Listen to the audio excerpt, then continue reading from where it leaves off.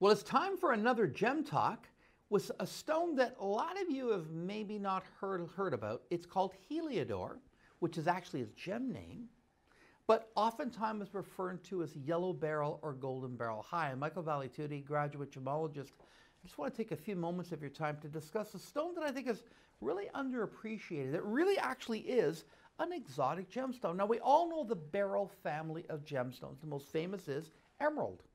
So when a beryl is green, we call it emerald. When it's blue, we call it aquamarine.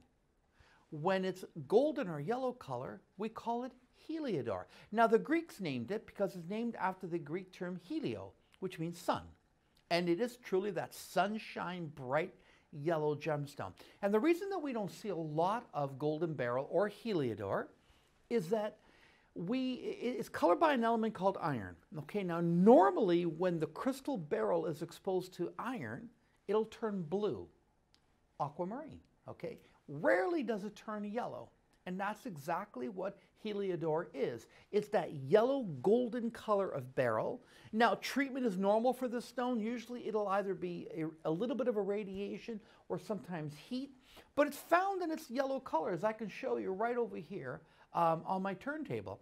So here are some actual natural crystals of Heliodor golden beryl. Now this is before treatment. This is actually come out of the ground this way. So then when they treat it, they heat it, it turns a little bit more yellow, but they actually find it in this color. So these are two raw crystals of Heliodor, that yellow or golden variety of the beryl family.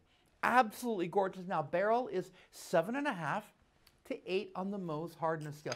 So it's a very tough and durable gemstone. Most of it comes out of Brazil. Though wherever they find beryl, they can find this gemstone, so you can get it, of course, out of Africa, sometimes out of Madagascar, especially East Africa, because there's so many pegmatite deposits there. So you're going to get a lot of this.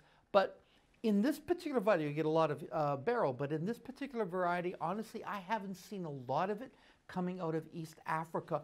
Mostly when I go to a gem show, it is, of course, from Brazil. And Brazil has more pegmatites than any other country in the world. What is a pegmatite? It's a special igneous gem-forming formation. And in a pegmatite, it's based on an intrusion of magma into the mantle, and that is how a lot of gemstones are found. And in a pegmatite, they find all these different varieties of gemstones. So if it wasn't for pegmatites, most gems that we love in the world literally would not exist. So pegmatites are wonderful. Brazil has a lot of them, hence they have all these great gemstones. What do I like about this stone?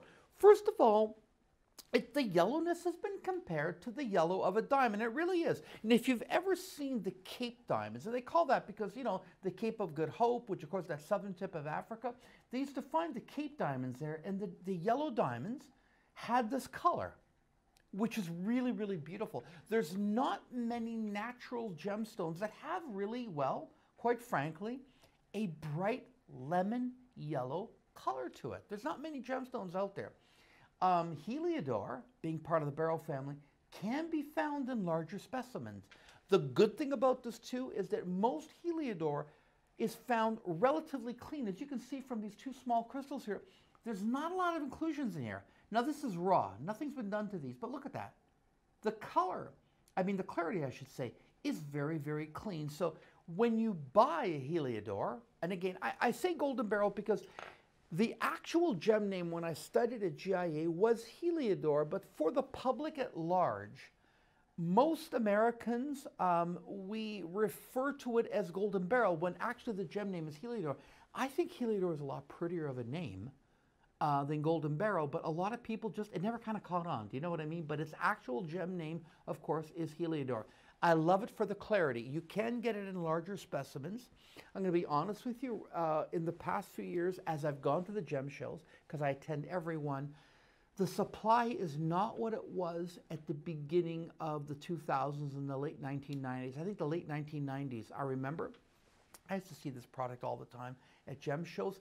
I don't, even on our own website, even when I'm on television now, I don't often have a lot of it. It really is something that's a little bit more difficult to come by. I urge you to get it because if you're the type of person that loves just that happy, bright yellow stone, you know, like you want to wear on a nice sunny day, that is a gem for you. And like I said, it's 7.5 to 8 on the most hardness scales. You got your durability, and you also have your natural clarity. And it looks especially nice. I love it when it's cut into a cushion shape. That's my personal preference. You'll often see it cut in ovals, nothing wrong with that. But in a cushion shape, it's very elegant, very, very gorgeous. You put it with some beautiful white zircon or diamonds, I think you have a fabulous, fabulous piece. And it really is an exotic stone. I think out of all the beryl family, Heliodor is a stone that you simply do not see that often. It's natural, it's beautiful, it's from Brazil, and if you can, I would explore the world of Heliodor. Again, also known as golden beryl, because really there is nothing else quite like it.